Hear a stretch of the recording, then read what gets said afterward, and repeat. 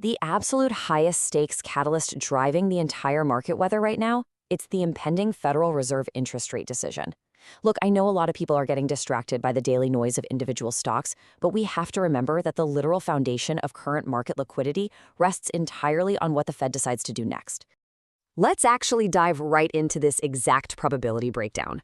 Usually, these sessions are pretty boring, right? The outcome is almost fully priced in. But right now, we're seeing a stark level of uncertainty. We've got a 62% chance the Fed is just going to hold rates steady. But check this out. There is a massive 38% curveball chance of a surprise hike, targeting that 3.75% to 4% range. Now, you and I both know the market loves a slow, predictable environment. If this 38% slice actually becomes reality, it is going to severely undervalue markets and force an immediate, violent repricing across practically all asset classes. And honestly, this brilliantly illustrates why Fed Chair Jerome Powell commands so much of our attention. It isn't just about the rate itself, It's really about his rhetoric. Powell has a knack for deliberately maintaining market tension. So even if the Fed holds rates steady, any unexpected hawkish commentary from him, like hinting that more pain is needed to cool inflation, could instantly trigger massive volatility. The whole market is literally hanging on his every word. So, while the Fed essentially controls the macro weather, we've got some serious localized storms brewing too. We're talking about upcoming after-hours earnings from tech titans like Meta, Microsoft, and some major semiconductor firms. These are primed to create their own secondary market fireworks.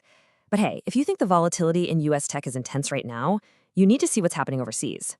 A brutal collapse is flashing a massive warning sign for overly concentrated investors everywhere. Let's look at exactly what just went down. Section 1. The KOSPI collapse, a warning on leverage and concentration. This right here is a crucial lesson on the extreme dangers of leverage and heavy market concentration, and it's playing out in real time in the South Korean stock market. Negative 44%. It's a stark, ugly number. It perfectly illustrates the severe, nasty collapse the South Korean KOSPI index just suffered directly from its peak. I mean, this wasn't a slow bleed. It was a violent, rapid correction that completely caught overly aggressive traders off guard. To really grasp the severity of this selling pressure, we have to talk about the term limit down. Basically, this is a market circuit breaker. It's the maximum amount a market is legally permitted to decline in a single trading day before all trading is just completely halted. Well, the KOSPI triggered this halt for 2 consecutive days. Why? Because just 2 highly concentrated stocks, which made up over 50% of the entire index, had previously surged 400%. It created this completely unsustainable bubble, and, well, it finally popped. So the really crucial point here is how this crash was accelerated. You see, the explosion of double and triple leverage ETFs initially fueled that melt up, right? But on the way down, these funds were forced to sell their underlying assets, viciously amplifying the downward spiral. Yet, incredibly, despite this massive crash, the index remains up 100% year over year. Technically speaking, it's pierced the 50% Fibonacci retracement. Now, if you're new to the term, a Fibonacci retracement is just a technical tool that highlights potential support levels based on mathematical ratios. Right now, the KSP is nearing the 61.8% retrace, which historically often acts as a structural floor. So this is signaling a highly viable bounce opportunity for traders who are prepared. Section 2. The Semiconductor sector. Tactical buying amidst extreme fear. You know that exact same kind of extreme fear we just saw in international markets? It's currently creating some incredible tactical blood-in-the-streets buying opportunities right here in semiconductors. Let's break down how this is building across specific setups. First up, SanDisk is really emerging as a potential buy, as it nears this rare triple convergence of a horizontal line and 2 ascending trend lines. Then we have SK Hynix, which remains highly volatile after an earnings flush, but keep an eye on it because it acts as a critical bellwether for the whole sector. STX is sitting at neutral right now, though aggressive traders are definitely eyeing a technical gap fill at that 814 to 815 level. But I really want you to look closely at Micron. It's sitting at a cyclical low. Now, to the untrained eye, Micron's price-to-earnings ratio looks terribly high right now. But in cyclical stocks, this is a total illusion caused by margin compression. That just means their profit margins have temporarily shrunk, making the earnings look way worse than they actually are. So this high PE is actually hiding a prime buying point. If you're finding this analysis valuable, don't forget to subscribe, like, and share Fox of Wall Street so you never miss professional market insights. Section 3. Commodities and Crypto. Geopolitical Catalysts and Technical Setups. While tech stocks are battering it out over earnings and rate fears, we've got completely different, explosive geopolitical pressures reacting across alternative assets right now. Just take a look at the oil market. Prices have spiked roughly 7% on the back of escalating US and Iran military tensions. On the technical side, we're seeing a wedge pattern forming on the chart. Think of a wedge exactly like a pressure cooker. The price action gets tighter and tighter until it finally results in a violent breakout or breakdown. But listen, despite all these crazy geopolitical headlines, professional discipline dictates that we wait for a multi-layered technical confirmation. So right now, there is no active trade here. We wait until the chart proves itself.